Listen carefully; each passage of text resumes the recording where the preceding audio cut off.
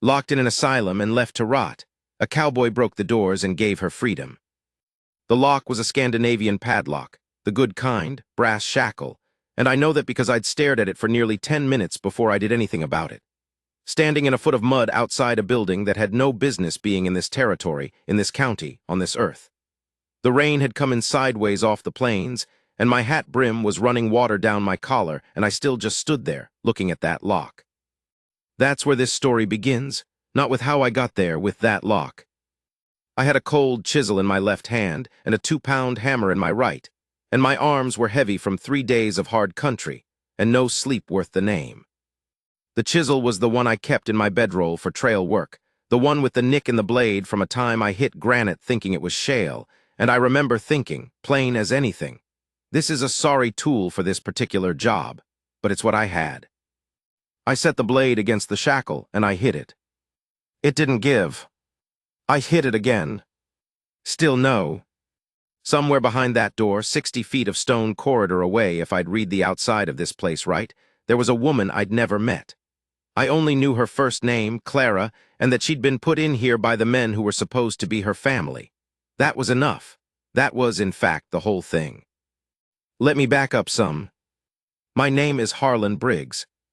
I spent most of my working life as a ranch hand, and later a drover out of the territory between the Platte and the Niobrara, and I was 51 years old when all of this happened, which in ranch terms means you are old enough to know better and young enough to still be too stubborn to act like it. I wasn't anybody's hero. That needs saying first. I was a man who owned one good horse, one serviceable rifle, a bedroll that had seen better days, and about $31 in coin, which is about what you'd expect for a man of my particular career trajectory. I'd been married once, a long time before, and my wife Dora had died of a fever in the winter of '81, and I'd spent the better part of a decade afterward being the kind of man nobody worries about because nobody's expecting much from him in the first place. I don't say that to invite sympathy. I say it so you understand the position I was coming from when I rode into the town of Gantry Cross in the first week of October. Gantry Cross was not much of a town. A general store, a livery, a saloon that was also the hotel, a church that had lost 2 boards off the front face and hadn't replaced them, and a land office that appeared to exist mostly so the Dellard family could have somewhere official-looking to conduct their business. The Dellards were the kind of family that owns a town without technically owning it, which is the worst kind because at least if they owned it on paper you'd know where you stood. There were 3 Dellard brothers, Randall, who was the eldest and the one with the political arrangements, Chester, who ran the land dealings, and a younger one, Boyd, who spent most of his energy being dangerous and stupid in roughly equal measure. Their father had died the year prior and left them a ranch, a substantial note at the Cheyenne Bank, and 1 sister. The sister was Clara. I didn't know any of this when I rode in. I came through Gantry Cross because it was on my way north, and my horse had thrown a shoe 2 miles back, and the only thing I needed was a farrier and maybe a hot meal. Simple enough. The kind of stop a man makes 100 times in a working life, and forgets before the week's out. The farrier was a half-Choctaw man named Prout who did good work and didn't charge more than fair. While he worked on my roan, I sat on a fence rail out front and ate a piece of cold corn bread I had from that morning and watched the street. Gantry Cross was the kind of place where not much happened, but what happened tended to matter. What happened was a boy came running down the main street, maybe 12, maybe 13, hatless, 1 suspender off his shoulder, and he went straight into the land office and came back out with a man behind him who was clearly Chester Dellard based on the quality of his coat and the purposefulness of his walk, and they both disappeared around the back of the building. Then nothing for a while. Then Chester came back alone, smoothing his lapels, and went back inside. I wouldn't have thought anything about it, except that when the boy came back past the livery, he had been crying and was trying hard not to show it, and boys that age don't cry over nothing. I said to Prout, "That boy work for the Dellards." Prout didn't look up from the shoe. "That's Emmett. He runs errands." "Something happened." Prout set the shoe and reached for his hammer. He was quiet for a moment, and then he said, "You ain't from here." "Passing through," he said, and hammered the nail. I knew enough to leave it, but I also knew that sound. The way a man goes quiet when he wants to say something and has decided it's not safe.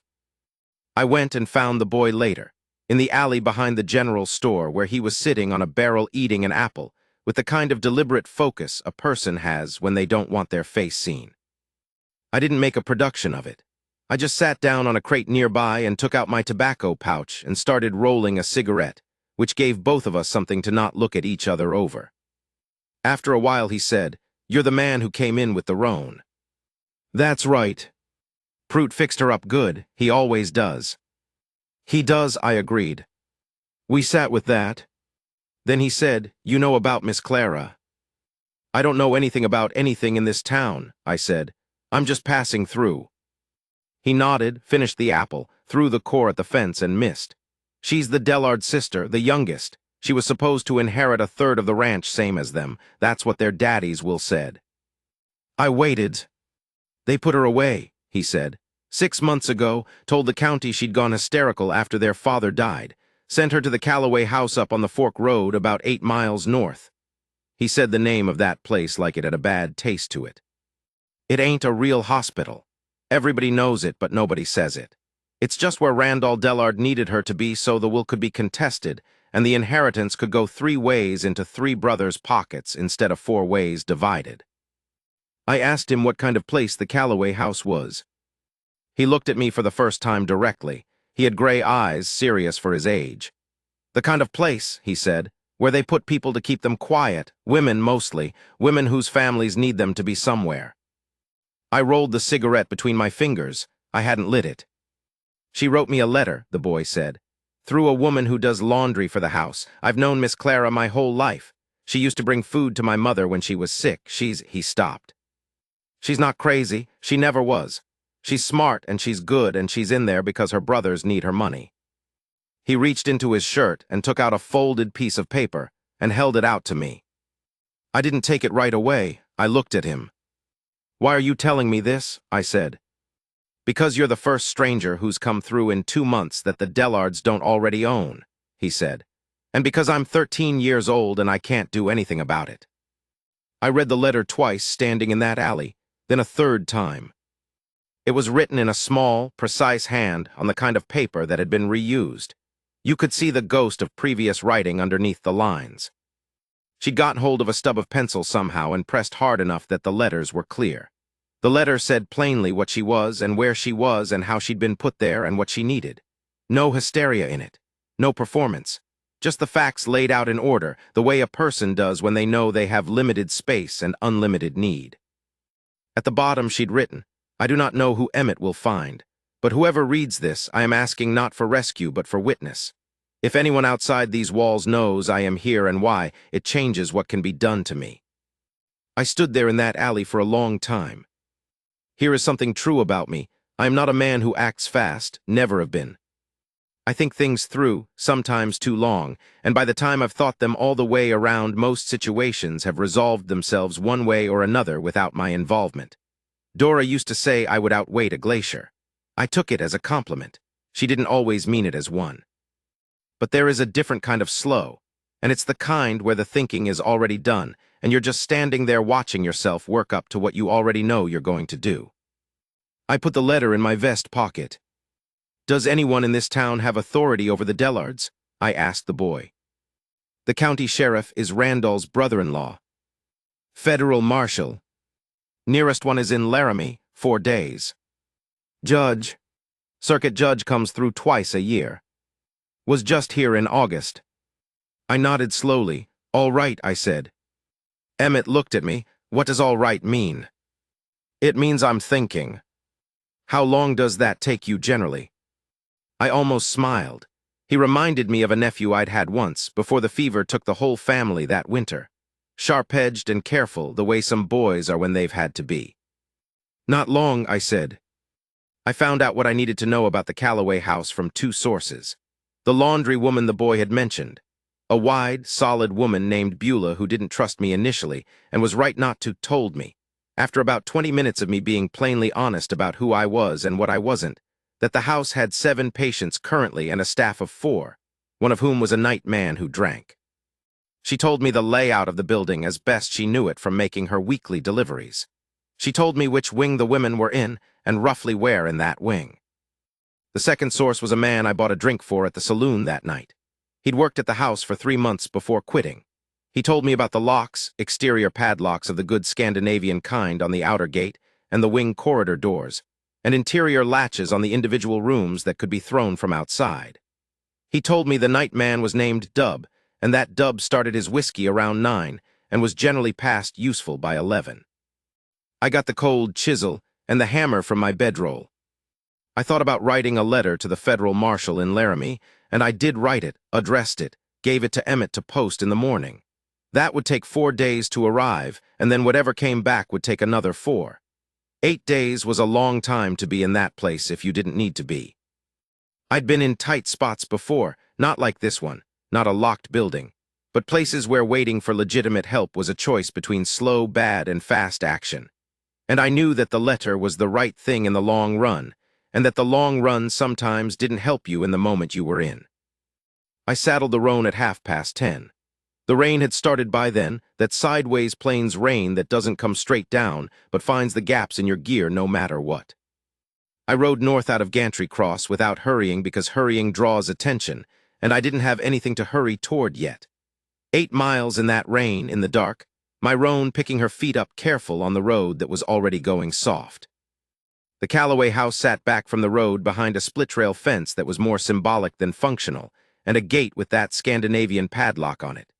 The building itself was a large frame structure, 2 stories, with a light in one downstairs window. 2 other wings angled off the main building like arms reaching out to the sides. The women's wing, per what I'd been told, was the left arm. I sat on the roan in the dark for a while and studied the windows. The light in the main building was steady, lamp, not a candle. Probably the night man. I watched for movement and didn't see any. The rain covered sound reasonably well. I dismounted and tied the roan to a fence post back from the gate. Then I stood in the mud with the chisel and the hammer and looked at that lock. The first 2 strikes didn't give it. The third one cracked something in the shackle casing. I felt it more than heard it through the vibration in the chisel handle. The 4th one opened it. I moved the gate careful, slow, so the hinges wouldn't speak. The mud helped. They were rusted enough that the wet slowed them further, softened whatever noise they'd have made dry. I crossed the yard to the left wing's exterior door. This lock was a twin of the first one. I'd expected that. I was faster this time, 3 strikes. The corridor inside was dark except for a thin line of lamplight under one door at the far end. The floor was stone, which is bad for quiet, so I moved along the wall where the boards would be and where the stone wouldn't echo. 7 doors. I'd been told she was in the 4th or 5th. I stopped at the 4th door, listened, nothing. I went to the 5th and listened and heard breathing, not sleep breathing, but the breathing of someone awake and very still and trying not to make a sound. I said very low against the door, "Clara Dellard." A long pause. Then a voice equally low, careful, "Who is that?" "My name is Harlan Briggs. Emmett gave me your letter." Another pause, longer. "Emmett," she said, not a question, letting the name settle. "That's right. I'm going to open this door. There's a latch on my side. Don't make any noise when I do." "I know how to be quiet," she said. "I've had 6 months of practice." I threw the latch and eased the door open. I don't know what I'd pictured. I hadn't spent much time picturing, honestly. The woman who came forward in that dark room was small-framed and upright, which sounds simple but isn't upright in that context. In that place after 6 months meant something. It was a choice she'd been making every day in a place designed to take that choice away. She was wearing a gray institutional dress that was clean, which told me something about her, and her dark hair was pinned back tight. Her face was thinner than it should have been, and there were shadows under her eyes that 6 months of bad sleep and worse food will put on a person. But her eyes themselves were level and sharp, and looking right at me. She looked at me the way you look at something you are assessing for reliability, not with fear and not with wild hope, just steady, measuring. "You rode up here in this rain," she said. "Yes, ma'am." "In the dark?" "Yes, ma'am." "By yourself?" "Yes, ma'am." "Why?" I didn't have a practiced answer for that. I thought about it for a second and said, "Because your letter was written by a sane woman in an unjust situation, and there wasn't anybody else." She looked at me another moment, then she said, "All right. Let's go." I had her move first so I could stay between her and the corridor. She went without hesitation, which was the right choice. Hesitation in a hallway where someone might come is just time spent on worry that would serve you better as distance. She moved quiet too. Better than me on that stone floor, actually. Small feet, careful placement. We got to the exterior door and out into the rain and across the yard and through the gate, and I was beginning to think it would go clean when the light in the main building shifted. Not much, the way a light shifts when someone carrying a lamp moves from one room toward another. Faster, I said, not a whisper anymore, just low and direct. She didn't question it, we went faster. I got her to the roan, and the roan skittered some because two people in the dark, and the rain is more than she'd signed up for, but she settled. I helped Clara up. She took my offered hand without ceremony, put her foot where I indicated, swung up, and I went up behind her, and we were moving before the gate behind us had fully swung shut in the wind. I kept the roan off the road for the first half-mile, in the grass to the east of it, which was harder going but darker and quieter. The rain was still coming in sideways. Clara held herself upright in the saddle in front of me without leaning back, not accepting support she hadn't asked for, which I respected even as I noticed it. After a while she said, very quietly, "Did you bring a weapon?" "Rifle on the saddle. Pistol on my hip. Are you expecting them to come after us tonight?" "I'm expecting the night man might raise an alarm when he finally notices. Whether the Dellards move on it tonight or wait for morning." I paused. "They'll wait for morning. Men like that think in terms of office hours." She was quiet. The rain ran off the brim of my hat in a curtain between us. "Where are you taking me?" she said. Reasonable question. I'd thought about it. "There's a place south of here about 6 miles where the road forks. There's a woman named Beulah who does laundry and lives alone. She's agreed to take you in for a few days." "You talked to Beulah?" "I did." Another pause. "She's a careful woman. She doesn't trust easily." "She doesn't," I agreed. "She trusted you." "Enough." I felt more than saw her nod slightly, weighing that. "There's a letter going to the federal marshal in Laramie," I said. "Emmett is posting it in the morning. That's 8 days there and back if the marshal moves fast. The letter has your name, the circumstances, the will, the names of the relevant men. It also says that I witnessed your condition and your composure and your lucidity, which, if a federal marshal is worth anything, should carry some weight." "It might not be enough." "It might not be," I agreed, "but it's a start." She was quiet after that for a while. The roan moved steady under us. The rain began to ease some, not stop, but lose its worst edge. Then she said, "Harlan Briggs." "Yes, ma'am." "What do you do for work?" "Ranch hand. Drover, whatever needs doing." "Where were you going when you stopped in Gantry Cross?" "North. I had some work lined up on a cattle operation near the Wyoming line. Winter work." "And you stopped?" "My horse threw a shoe." She was quiet for a moment. Then, "I'm sorry about your work." I almost laughed. Not rudely, it just struck me as characteristic somehow.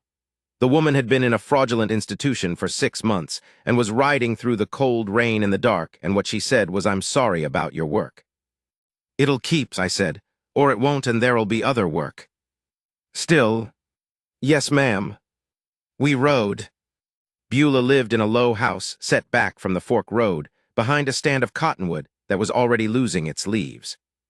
She had a lamp in the window when we came up, which meant she'd been awake waiting, which I appreciated more than I said. She came to the door before I'd finished knocking. She looked at Clara for a long moment. Clara looked back at her steady. Beulah stepped aside and let us in. I didn't go in.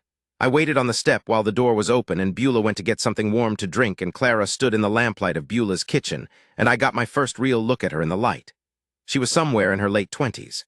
The gray dress was damp through. She had a bruise, old and yellowing, along her left jaw that I hadn't seen in the dark, and I looked at it long enough that she noticed me looking. "Someone taught me what hysterical looked like," she said, "early on. So I'd understand my diagnosis." I held her gaze. "They'll answer for that. The marshal may or may not agree. Then we find other ways." She looked at me, not with the cautious assessment of the cell doorway. "Something else now. Something that had let some of its guard down because there was a roof and a lamp and a solid woman moving around the kitchen on her behalf. "You don't know me," she said. "I read your letter." "That's 2 pages." "2 clear pages," I said. "Written under bad circumstances, tells you quite a lot about a person." She looked at me for a moment longer. Then Beulah came back with a cup of something hot, and Clara took it in both hands and turned toward the warmth of the kitchen. I said good night to Beulah, who nodded at me with the expression of a woman who has decided to provisionally approve of something, and I went back out to the roan. I didn't ride back to Gantry Cross that night. I camped in the cottonwoods about a 1/4 mile from Beulah's, close enough that if something came down the road, I'd know it. Nothing did. In the morning the rain was done, and the sky was that particular pale blue of October after a heavy night, washed clean and cold. And I built a small fire and boiled coffee and sat with the roan picking at the wet grass nearby and thought through what I had and what I needed. What I had, one woman safe, for now, in a location the Dellards didn't know. One letter on its way to Laramie. One boy in town who was willing to do certain things but couldn't be put at risk for the rest of it. A rifle, $31. What I needed, proof. Not of what had happened to Clara, she herself was the proof of that, and her account and Beulah's witness and Emmett's letter would go some distance, but proof of why. The will, the specific terms, some record of what the Dellards had arranged and with whom to make it official. The land office. Chester Dellard ran the land office, and if he'd filed papers to contest the will or to remove Clara's competency before the law, which would have been necessary to justify her institutionalization to any county authority, even a corrupt one, those papers existed somewhere. Filed or unfiled, copied or original, they existed. Documents have a way of existing even when people wish they wouldn't. I wasn't a lawyer, wasn't even a man who'd spent much time around lawyers, but I'd sat in on enough cattle disputes over the years to know that paper was the thing.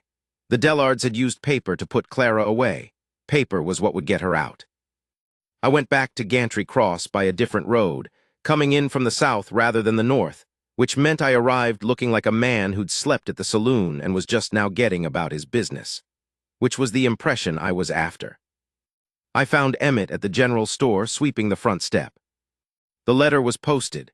He told me, eyes steady and face giving nothing, and the owner of the general store was a man named Holt who kept a copy of the county register for reference purposes, and who had that morning already heard that there'd been some kind of disturbance at the Calloway house last night that had the Dellard brothers agitated.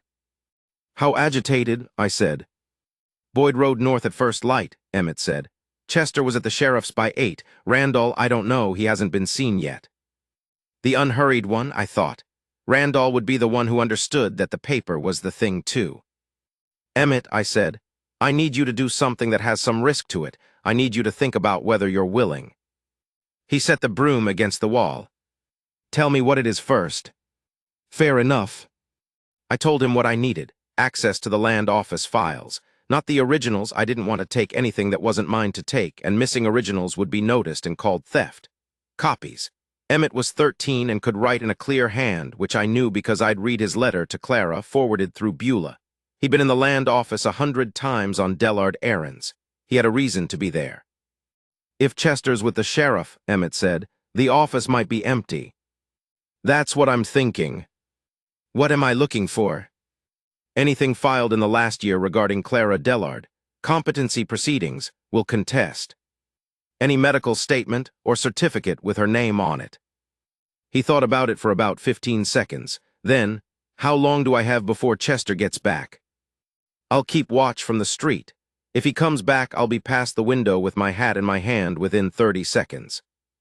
He nodded, picked up his broom, set it inside the door, and walked down the street with his hands in his pockets like a boy with nothing particular to do. I went and sat outside the barber shop across from the land office with my hat tipped forward and a piece of paper I pretended to read. Emmett was in there for 40 minutes. Every minute of it felt longer than the one before. Boyd Dellard came back into town from the north around the half-hour mark and went straight to the saloon, which was either good or bad. Good because he wasn't at the land office. Bad because drunk and frustrated men with a grievance are unpredictable. Emmett came out of the land office and walked past me without looking at me and turned down the alley. I folded my pretend paper and followed. He had 4 pages in his hand, copied in his careful schoolboy script. "There's a doctor's certificate," he said, "signed by a Dr. Arsenault in Cheyenne. Says she was brought to him in August of last year, a month before her father died, and he assessed her as having episodes of unreasonable excitement and moral instability." He said the words like he'd had to learn them by reading them 3 times. "And there's a petition to the probate court, signed by Randall and Chester and Boyd, citing that certificate as grounds to remove her from the will on account of mental incompetence." "Is the certificate dated correctly?" "August the 7th. Her father died September the 2nd. "So they had the certificate before they needed it," I said. Emmett nodded, "And there's one more thing." Chester filed a note with the land office, a private note, not a court document, but he filed it in the records anyway, which I don't think he was thinking too clearly about. He held up the last page. "It's a letter from Dr. Arsenault to Chester, not the county, not the court, to Chester Dellard personally. It says the doctor would be grateful for Chester's continued business if the matter can be handled discreetly." I took those 4 pages and read them standing in the alley in the October sun. A paid certificate, a pre-made case, and the letter that told you what you needed to know about where the arrangement had started. "Emmett," I said. "Yes, sir." "You did a man's work just now." He didn't say anything to that. He just looked at the 4 pages in my hands and then at me, and I could see he'd been carrying this, Clara, the letter, the town's silence, all of it, for a while, and that the carrying of it had been heavy. "She's going to be all right," I said. "You don't know that for certain." "No," I agreed, "but I know it better than I did yesterday." I took the copies to Beulah's that afternoon. Clara was at the kitchen table when I came in, wearing clothes Beulah had found for her, a plain blue dress, her own again, a person in clothes she'd chosen, which matters more than it sounds. Her hair was down and drying from a wash, and she looked not rested. It was too soon for rested, but steadier. More herself than the woman in the gray institutional dress, though that woman had been plenty. She read the 4 pages without speaking. Then she set them down flat on the table and put both hands over them and was very still for a moment. "The letter from Arsenault to Chester," she said. "Yes, that's the one. It is." Chester always was the careless one. She said it without heat, a fact she'd known a long time. Emmett copied those. Hand in hand to any federal court, they put the Dellards in front of a judge. "If the marshal comes. If the marshal comes." She looked at the papers and then out the window, where the cottonwoods were rattling dry leaves against the glass. "And if he doesn't? Then we take the copies to the newspaper in Cheyenne. There's one." I looked into it. They print land scandals and they print institutional scandals, and they will print this one. It won't be the same as a court, but it will cost the Dellards more than they're comfortable spending in that currency. She turned and looked at me. She had a way of looking at you that was direct without being challenging, the way some people do when they've learned to be honest about what they're doing. She was looking at me, and she knew I knew she was. "You've thought about this carefully," she said. "I think about things carefully," I said. "I've been told it's one of my few consistent qualities." One corner of her mouth moved, almost a smile, not quite yet. "Who told you that?" "My wife, a long time ago." "She was right." "About that one, yes, ma'am." She was quiet. The papers were still under her hands. Then she said, "When I wrote that letter to Emmett, I didn't know who'd read it, if anyone. I'd written 3 letters before it. 2 of them I don't know if they ever left. One came back." She smoothed the edge of the page with one finger. "I wrote it to whoever was there. I tried not to picture a specific person because I thought that would make it harder." "Sensible," I said. "It was also," she said, "a way of saying that whoever came, if anyone came, I would." She stopped, started again. "I didn't know what I'd owe. I didn't know how to think about it." I looked at her. "You don't owe me anything, Miss Dellard." "I know that's what you'd say." "It's also what's true." She looked at the table.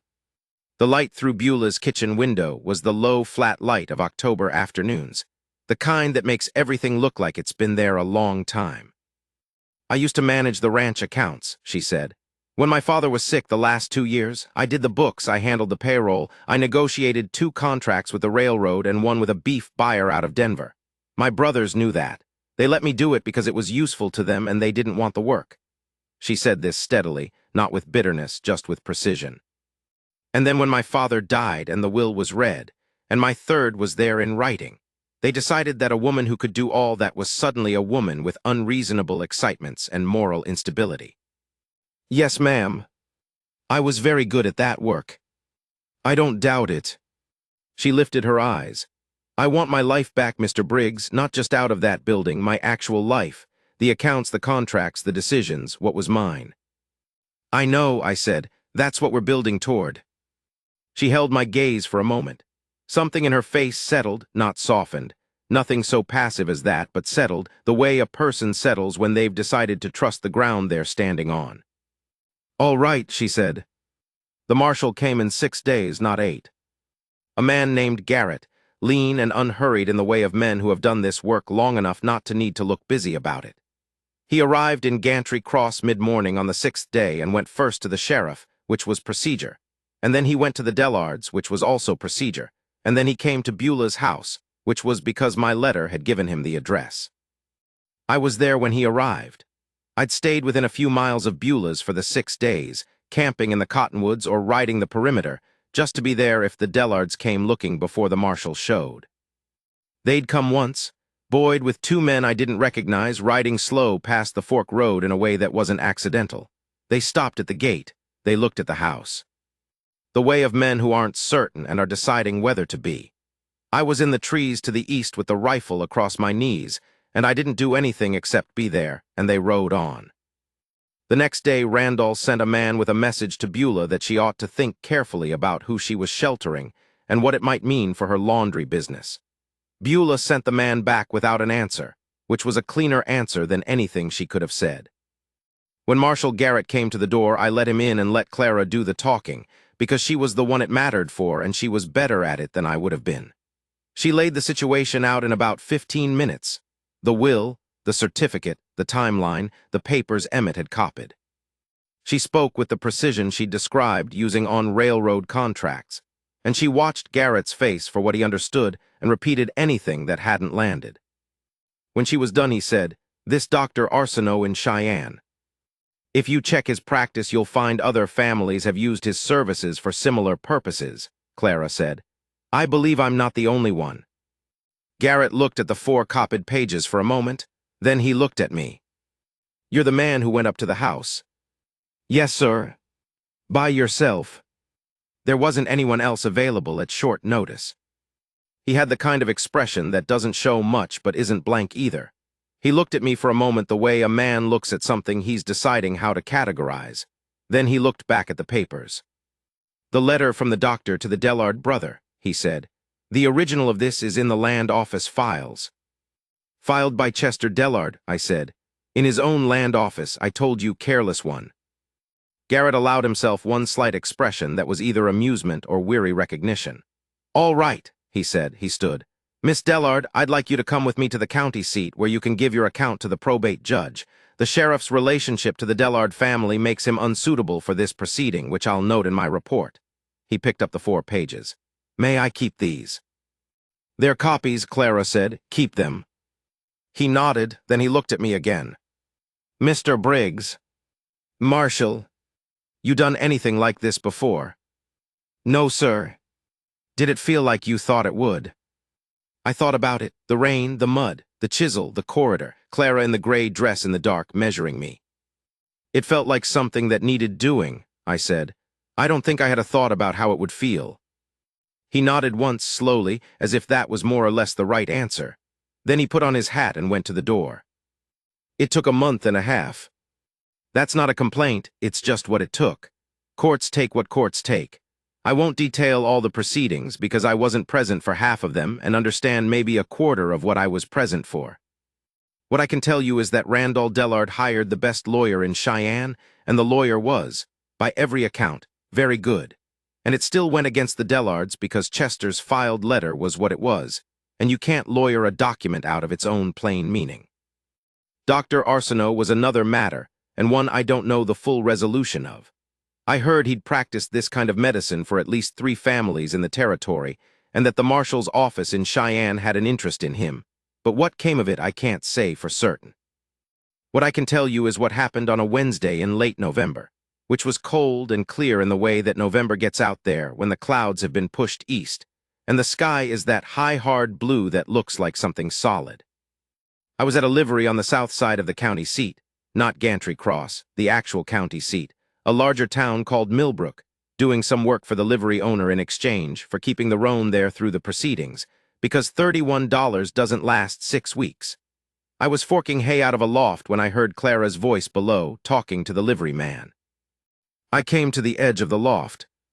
She was wearing her own clothes, a dark coat I hadn't seen before, probably new, and a hat with a practical brim, and she looked like herself, which is a harder thing to say right than you'd think. Not the gray dress, not the careful uprightness of a woman conserving herself. Just herself, standing in a livery with hay dust in the air, looking for me. She looked up. "They ruled," she said. "And my third is reinstated. The competency petition is vacated. Dr. Arsenault's certificate is entered as fraudulent in the county record." She paused. "Randall is contesting the reinstated will on separate grounds that will probably take another 6 months to resolve. But the law acknowledges I exist and am competent, which means I can work the accounts again, and I can challenge them on the rest of it with my own resources." I leaned on the loft rail. "That's good news." "It's very good news." She looked at me. "Come down." I came down the ladder, and she was standing there in the rectangle of the barn door with the cold blue sky behind her, and she reached out and put her hand on my arm. Not a grand gesture, just her hand on my forearm, steady, the way you hold something you mean to hold. "I would have died in there," she said. "Not fast, not dramatically, but eventually. Miss Dellard, I know you'll say it didn't take any particular heroism. I know you'll say there wasn't anyone else, or that you just did what needed doing, or some other version of a thing that puts the credit somewhere other than on you. I didn't say anything. I'm not going to let you," she said. "I need you to hear it, Harlan. You went up there in the dark by yourself with a cold chisel, and you came through that door and you took me out of that place, and then you spent 6 weeks and whatever money you had and your winter work on making sure I came out of this with my life intact." Her hand tightened some on my arm. "I've known a lot of men. I've done business with more. I have not known one in a long time, maybe ever if I'm honest, who saw something unjust and just did something about it without needing a reason or a reward or somebody to already be on his side." I looked at her hand on my arm, then at her face. "You're a good woman," I said. "I am," she agreed simply, "and you're a good man. I'd like you to know that somebody sees that." In the cold light coming through the barn door, with the hay dust settling and the roan in the stall behind me blowing warm breath into the air, Clara Dellard looked at me with something that was clear and settled and freely given, and not the gratitude of the rescued. Something more like two people who'd been through something real together and had come out the other side of it knowing what the other one was made of. It was, I will tell you, the first time in a long time somebody had looked at me that way. I didn't say anything for a moment, then I said, "What happens next for you?" She let her hand drop, but unhurried, no retreat in it. "I go back to the ranch. They can't keep me off the property now. Randall will hate every day of it, but that's Randall's problem." A slight smile. "I know where every account book is. I kept copies of the copies, you know. Before they sent me away, I knew they were going to try." "You knew?" "I thought they might, so I made myself hard to fully bury." She tilted her head. "What about you? The Wyoming work is long gone." "There's other work." "There usually is," she said. "For a man who does things." She paused. "The Dellard Ranch is going to need good people through the winter, people I can trust, people whose judgment I believe in." I looked at her. "I'm not offering charity," she said. "I'm offering work at a fair wage. From someone who pays what she owes and expects what she's paying for in return. You know I'm not a business arrangement." "No," she agreed. "You're not, but it's a place to start if you want a place to start." The roan put her head over the stall rail and nosed at my shoulder, which she does when she thinks I've been standing still long enough. "All right," I said. Clara nodded once, the same nod she'd given me in the cell doorway when I'd said I was there and she'd said, "All right, let's go," decided, moving. That was 11 years ago. I'm not going to wrap this up with a bow because life doesn't bow itself, and anybody who tells you it does is selling something. What I will tell you is the plain facts of what followed. Clara won, the Full will contest 2 years later, after Randall's separate challenge collapsed when a second fraudulent certificate from Arsenault turned up in another county's records, and the marshal's office took a harder interest in the whole thing. Randall eventually took what he could get from a negotiated settlement and moved to Colorado. Chester sold his land office stake and went east. Boyd is still around the territory but gives the ranch a wide road. I've been foreman of the Dellard operation for 9 of the 11 years. The accounts that Clara does, she does sharp. The decisions she makes clearly. We have had disagreements. I'd be lying if I said we hadn't. But they're the disagreements of two people who mean each other well and are both too stubborn to not say what they think, which is the best kind of disagreement there is. She asked me to marry her in the spring of the 2nd year. Said she figured one of them needed to ask and I was taking too long. She was right on both counts. I still have the cold chisel. It's in the barn on the tool shelf, the nick in the blade, the same nick it's always had. I don't take it out to look at it or anything like that. It's just a chisel, but I know where it is. Emmett works for us now. He's 24 and he's the one I trust with the cattle drives north because he was always going to be capable and the years proved it. He sometimes talks to the younger hands about what it means to do the right thing in a place where the right thing isn't the easy thing. He doesn't tell the story involving me, which is a quality I appreciate in a man. There's a morning I like in the fall especially, before the work starts while the light is still that low, flat October gold. I'll be at the fence by the east pasture and Clara will come out with 2 cups of coffee, the way she does, and she'll stand beside me and we'll look at what we've built and what we've kept and what we earned. She puts her hand through my arm, the same steady hold. And I think this is it. This is the thing, not the chisel and the dark and the mud, this. 2 people standing in the morning knowing what the other one is made of, and having decided that's enough. That's more than enough. That's everything.